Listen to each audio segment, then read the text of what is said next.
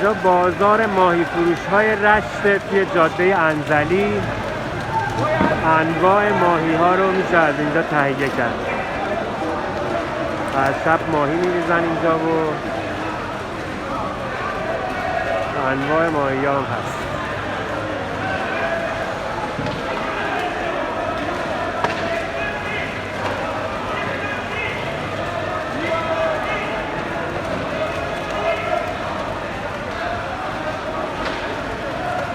اینا چه ماهیاییه؟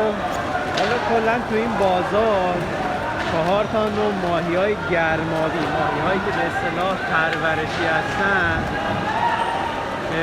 چوب زده میشه به اصطلاح و حالا مشتری خاصشو داره. این 4 تا ماهی آمور، کپور، توت‌فاک یا پیتوفاک و ماهی بیگ هد که به اصطلاح از همون خانواده‌های پیتوفاک هستش ولی داره کله گنده تری نسبت به بقیه این ماهی‌ها. الان ماهی که می‌بینی الان اینجا تو ماهی پیتوفاک هستش. همینطور که می‌بینی بعضی‌هاشون خیلی بزرگ شدن. الان اینا پیتوفاکه؟ آره اینا پیتوفاک کله گنده دارن. اونایی که سرشون بزرگه بیگ هده، اونایی بقیه که کوچیک‌تر بدنه کوچیک‌تر هستن پیتوفاک. همشون هم پرورشیه. همشون پرورشیه.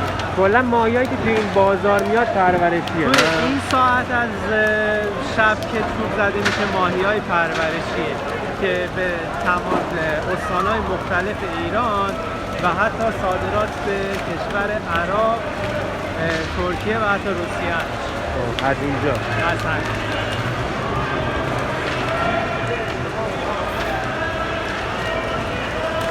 اینا الان بیگ هده.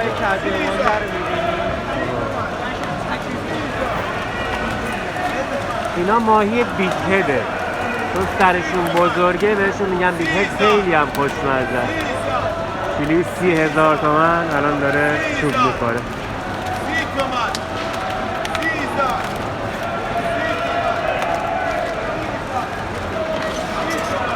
ماهی کپور این بدن پهن. اینا ماهی کپور. کپور پرورشی. آره خب کپور پرورشی فرقش با کپور رودخونه چیه؟ کدوم خوشمزه داره؟ که به صورت حالا دان هستش و حالا دست کنسانترهایی که بهشون میدن و خب به نوع حرکتشون باعث لذیذتر بودن ماهی کپور دریایی به پرورشی بشه. بعد فرق ماهی سفید آمور با ماهی سفید چیه گلن؟ چون خیلی ها میدونن ماهی سفید آمور رو جای ماهی سفید میدن دست مشتری، در حالی که خیلی فرق میکنه. حالا ما ماهی سفیدشونه ماهی آمور. اینا ماهی آموره.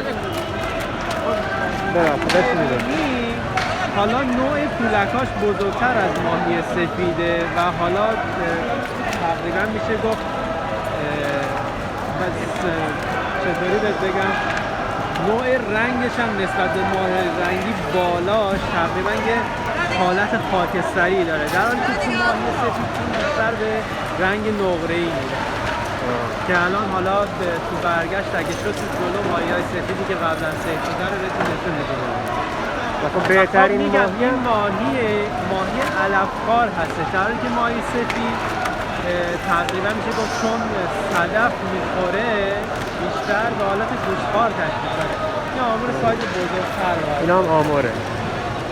این رنگش که میگی تیره تره دقیقا اینجا معلومه دیگه. این الان ماهی آمور کامل تیره تره.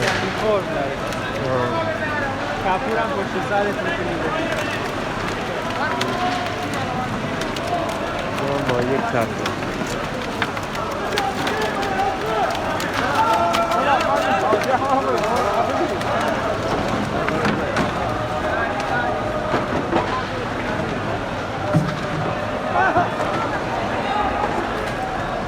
ماهی‌های ببین پوتفاک‌های گنده شده رو ببین. اینا فستیواله. اینا پوتفاک گنده است. ببین کله‌شون نسبت به اون بیکدی که اول فیلم گرفتیم خیلی نسبت به بدن جثه‌اش کوچیک‌تره. در حالی که ماهی که جلو بود به عنوان بیکد هم کله‌اش سیاه‌تر بود، هم نسبت به جثه انگاری کله بزرگتره. این برم که صدا ضبط بشه.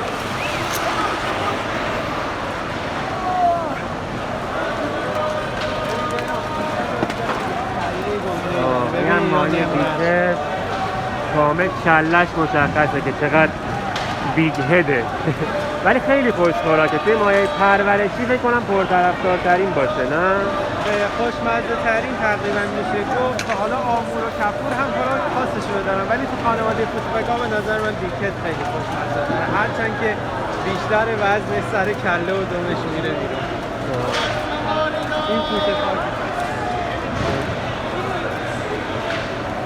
پس اینجا میشه ماهی‌های پرورشی پیدا کرد که حالا ساعت 11 شب میگی ماهی‌های پرورشی میارن میریزن. شروع میشه اون یک ساعت 2 ساعت طول می‌خوره. قیمتش حالا فروخته میشه. کسایی که تامین کننده ماهی رو برای استان‌های دیگه هستن، خودشون حتی خریدار دیگه هستن که از تهران، اردبیل، مازندران حتی اینجا میاد.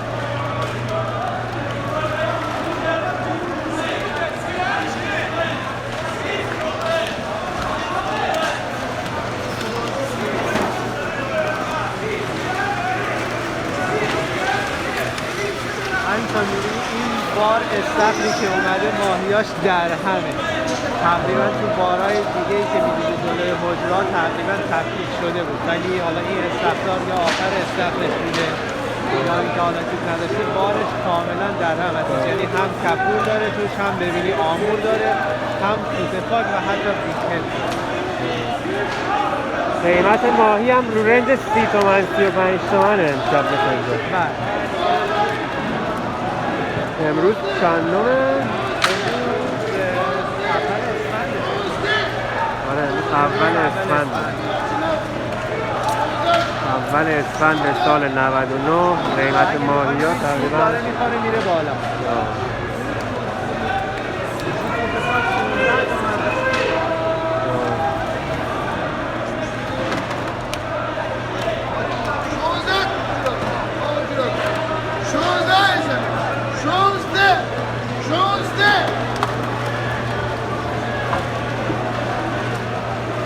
حالا به قیمت 16 که رسید آخرین قیمتش بود برداشت. 16 کیلوی 16 تومن اینو برداشتن. 16,000 تومن این ماهی رو. دیگه میرن که گرونتر بفروشن دیگه. در 16 خریدن کلی. اینا حالا کسایی که هستن تقریبا میشه گفت 80% خریدار برای خرده فروشی های خودشون هستن، چه تو رشت چه تو استان‌های دیگه. حالا با توجه به عرفی که بازار تو بازار خرده فروشی داره، فردا میتونه این ماهی بین 19 تا 19-20 تومن هم فروش. ماهی کپور رو می‌بینید بدن پهن مشخصه. اینم ماهی‌های کپور.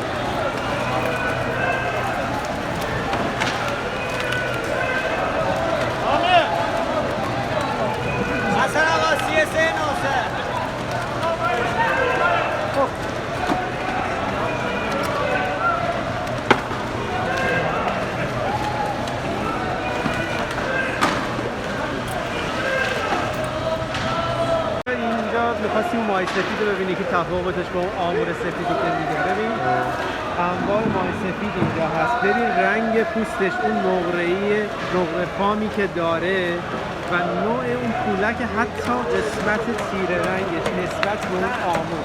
ببین اگه نگاه کنی تقریبا تماما توسی و حالت نقره فام داره، در حالی که کپور حالت سبز لجنی فرم داشت و مات بود، ولی در تماما شفافیت رو توی این ماهی پس این ماهی سفید، ماهی سفیدی که میگن اینه خلاصه. آره و پولک ریزش نسبت به ماهی آمور. حتی اگه طیف کلش هم نمیدونم که عکس دیگه بخوای کنار هم دیگه مقایسه بذاری کاملا مشخص کنه. یه تفاوتی هم داره به عنوان نر و ماده‌ش رو نشون بده. البته ماهیایی که اینجا اکثرا ماده نراشون یه تفاوت داره که کلهشون کاملا مشکی هستش و بالاش خار داره. نراشون کلشون مشکیه و بالاش کار داره، ولی ماده هاشون همین شکلیه که میبینیم. و اون خار هم برای این هستش که در زمان تخم‌ریزی ماهی باعث میشه به شکمش بزنه که اون تخم ها راحت‌تر بیاد پایین. دمت گرم.